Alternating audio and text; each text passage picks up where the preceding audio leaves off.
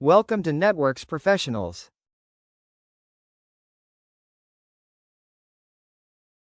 Hey there, and welcome.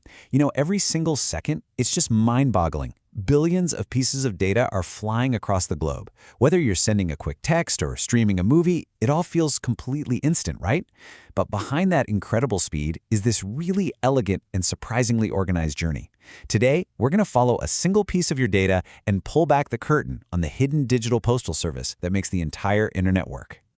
So picture this. You've just typed an email, you hit send, and poof, it's gone. But have you ever really stopped to wonder how that message gets from your computer through who knows how many routers and cables to exactly the right person on the right device in the right application, maybe halfway across the world? It feels like magic, but it's actually a pretty brilliant process of organization. Honestly, the best way to wrap your head around it is to think of it as a digital postal service.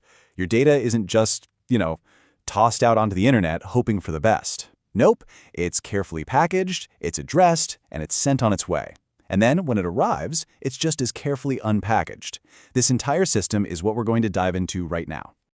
Okay, so this whole packing process, it's got a name. The official term is encapsulation.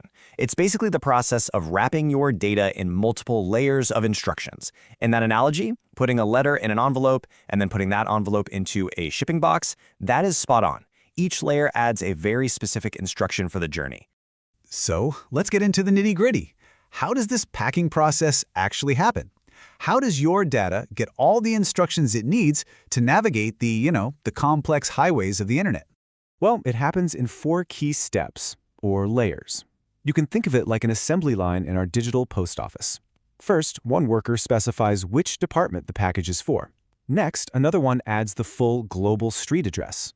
Then, a third worker adds the instructions for the local mail carrier. And finally, the package is put on the truck, or in this case, converted into a signal.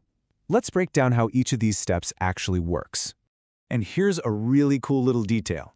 As each layer adds its wrapper, the name of our data package actually changes. The formal term is a Protocol Data Unit, or PDU.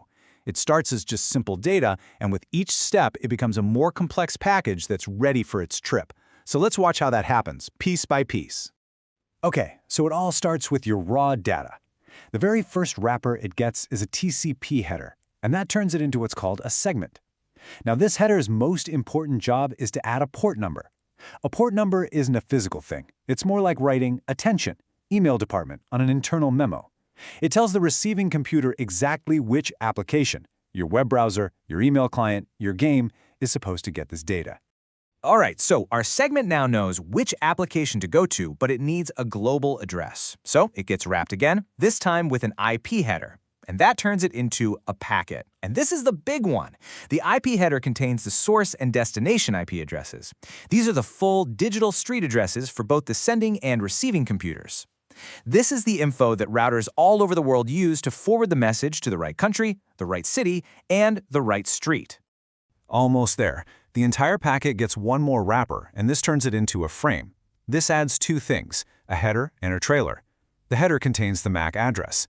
Now, if the IP address is the street address, think of the MAC address as the specific person's name on the mailbox. It's for that hyperlocal delivery to the very next device in the chain. And the trailer? Oh, that's clever. It's a digital seal called a CRC, or cyclic redundancy check. It's basically a quick math problem that the receiving computer solves to know instantly if the package was damaged or messed with on its journey. And now for the final step. The fully packaged and addressed frame gets handed off to the physical layer. This is where it's converted into a stream of bits, an electrical signal for an Ethernet cable, a pulse of light for a fiber optic cable, or a radio wave for Wi-Fi. It is now officially on its way.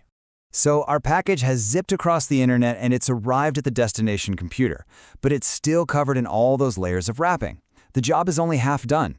Now it's time to unbox the message.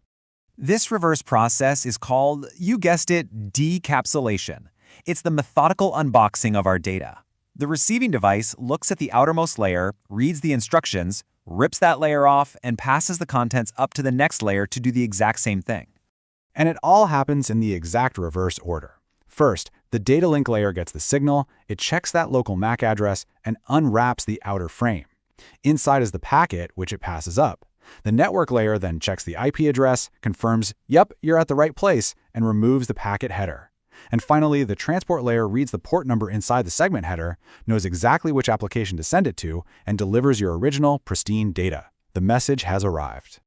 Now, I know this might seem a little complicated, but this layered system of packing and unpacking is actually what makes the whole thing so powerful and so efficient. Let's explore why this is such a truly brilliant design. The real genius here is a concept called abstraction. And all that means is that each layer, each worker in our postal service, is highly specialized and only has to do one job. The worker handling the global IP address doesn't need to know or care about the local MAC address. This specialization is what allows for innovation.